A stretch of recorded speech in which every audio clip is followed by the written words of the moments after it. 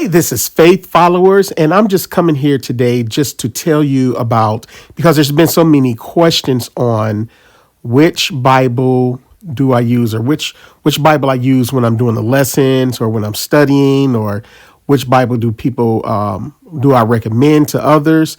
So I'm going to tell you the Bibles that I use, and even the new one that I've been waiting for to come out that I use.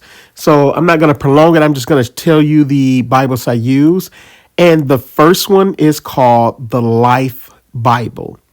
So this is an app, and it's available both on iOS and I believe on Android. It should be on both because it was on when it was called the old name. So Life Bible. The thing I like about this Bible is all the different translations. So, of course, my foundational one is the King James when I'm reading to you, but I like to go to different Bibles. And actually, let me go to the screen real quick just so you can see it. So right here, you see there's three different translations.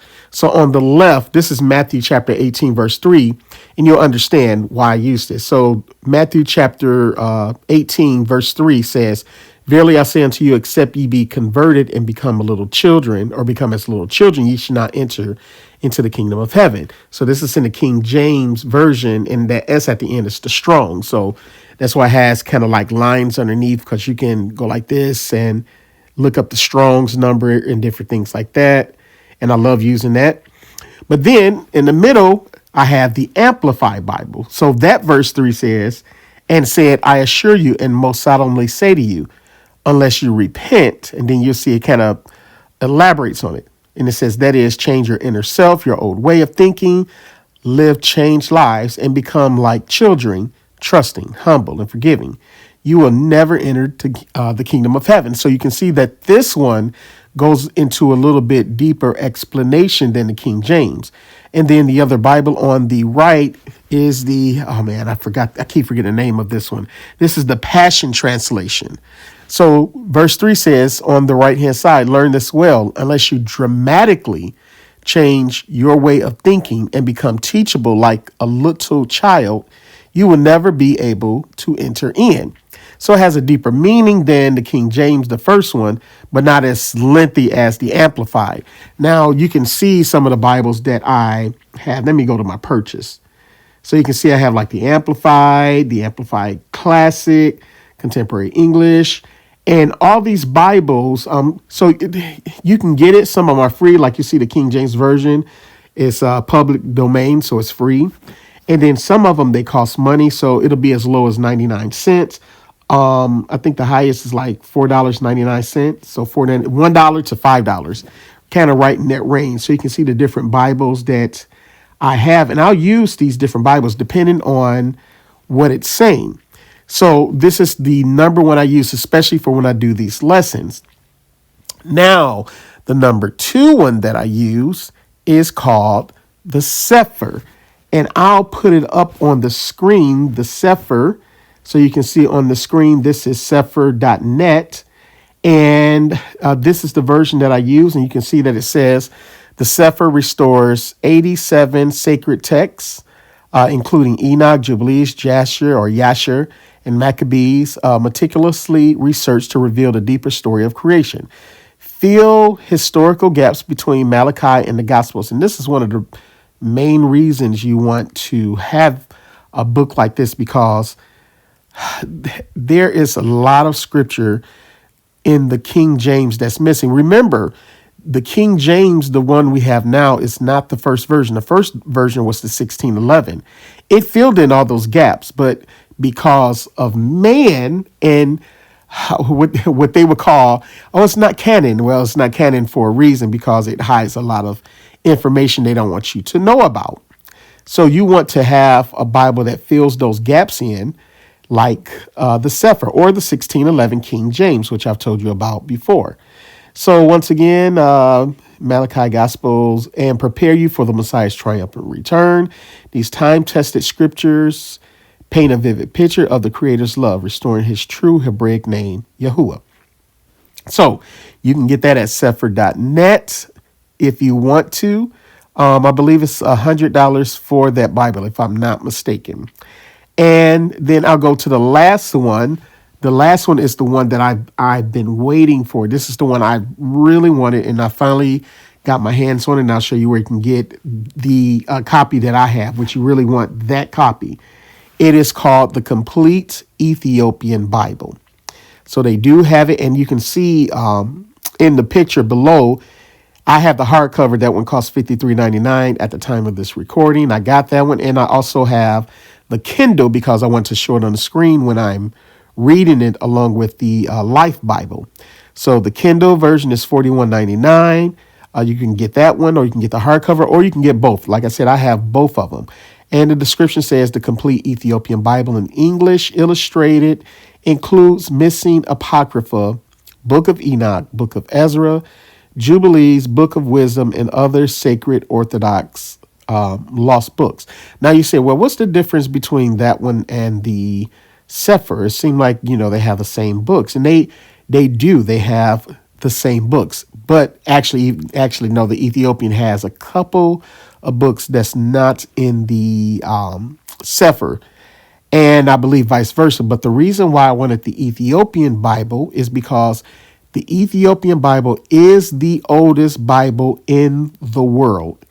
They couldn't translate it for a long time. It's finally translated. This company, Solomon's Gate Press, they did a great job of translating it, and they stayed true to the way that the scriptures were in that Bible. Now, the only thing you'll see in there, of course, like you'll see the name Jesus, which is, I love that name. So they made it to where it's palatable for people. They kept the name Jesus. They kept the name God, even though we know God's name really is Yahuwah or Yahweh or Jehovah, whichever one you go with, Yeshua, Yahweh for the Son. So we know that, but there's some things in there, and I'm just gonna, while I'm here, I got it in front of me. I'm not gonna go to the, maybe I will actually. Let me go to the Ethiopia. I'm kind of going off script right now, just a little bit, and I hope I can pull it up real quick. Let me see, 1 second. Let's do this. I'm gonna go to, actually, let's do this.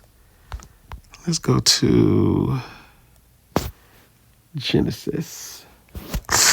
Book of Genesis. Okay, I'm going to turn on the screen now. Okay, so the first book of Moses, which of course this is Genesis 2. But this is Genesis. Don't ask me why it says Genesis 2 yet. Like I said, I just got it.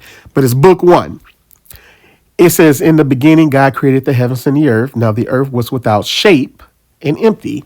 Darkness was over the surface of the watery deep. See, it gives a little bit more depth to what the Ethiopian Bible actually said, because the King James, remember, they did a lot of translation. We know in the King James, let me see if I can do it from memory. In the beginning, God created the heavens and the earth was without form and void, and darkness was on the face of the deep, and the Spirit of God moved upon the face of the water.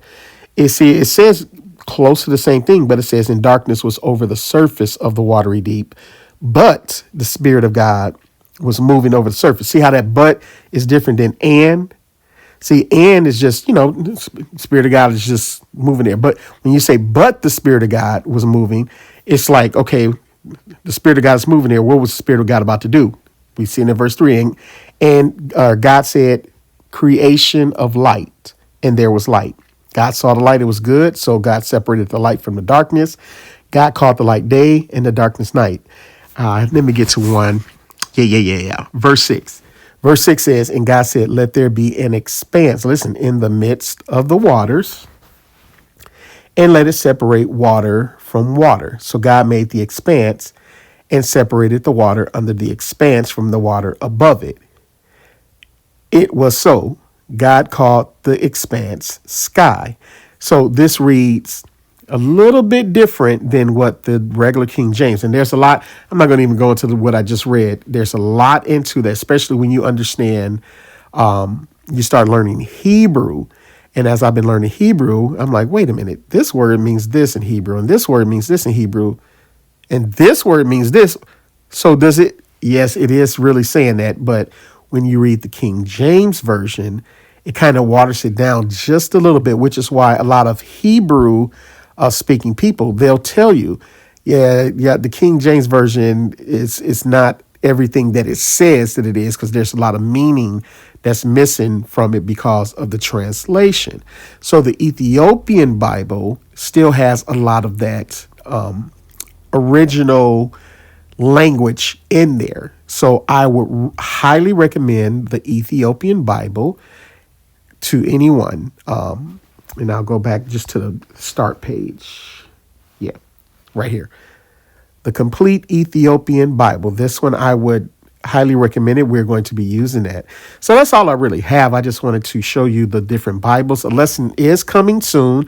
Once again, this has been a very busy season. I have a lot of clients during this Thanksgiving/Christmas break, but I just wanted to get this out first, and then we'll start back with the lessons. All right. Hey, this is Faith Followers. We are Faith Followers. And with that said, I'm out.